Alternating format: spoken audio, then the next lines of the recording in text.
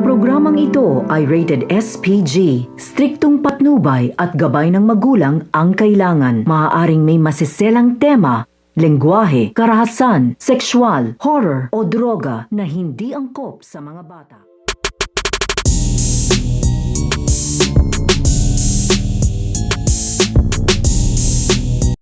Ang pagtakas at ang pagtatago nitong si Lily dahil sa ginawa nga ditong pananawagan sa social media nitong ni Camilo at itong ni Presidente Oscar ay malaking kasiraan nga ito dito nga kay Lily. Kaya nga ito si Lily ay nagwala nga ito dahil sa sobrang sama ng kanyang loob dahil mawawala nga dito sa isang iglap ang lahat nga daw ng kanyang pinaghirapan dahil sa ginawa nga ditong pananawagan at paglalahad ng buong katotohanan tungkol nga daw sa kanyang pagkatao ay hindi na nga ito makakabalik dito nga daw sa palasyo. Kaya nga ito si Lily ay agad-agad nga itong aalis dito nga sa palasyo dahil pag naabutan nga daw siya dito nito nga daw nila Carlo Dalisay at ang Talpos Aguila at ito nga si Presidente Oscar ay tiyak nga daw dito na mahihirapan na nga daw siyang makaalis at makatakas nga dito dahil ginawa na nga dito nito nga ni Presidente Oscar at nawagan na nga siya kaagad at nawa na nga na ditong wanted dito nga si Lily, si Renato at ito nga si Arturo. Kaya nga ito nga si Lily ay hindi na nga dito alam kung ano nga ang kanyang gagawin.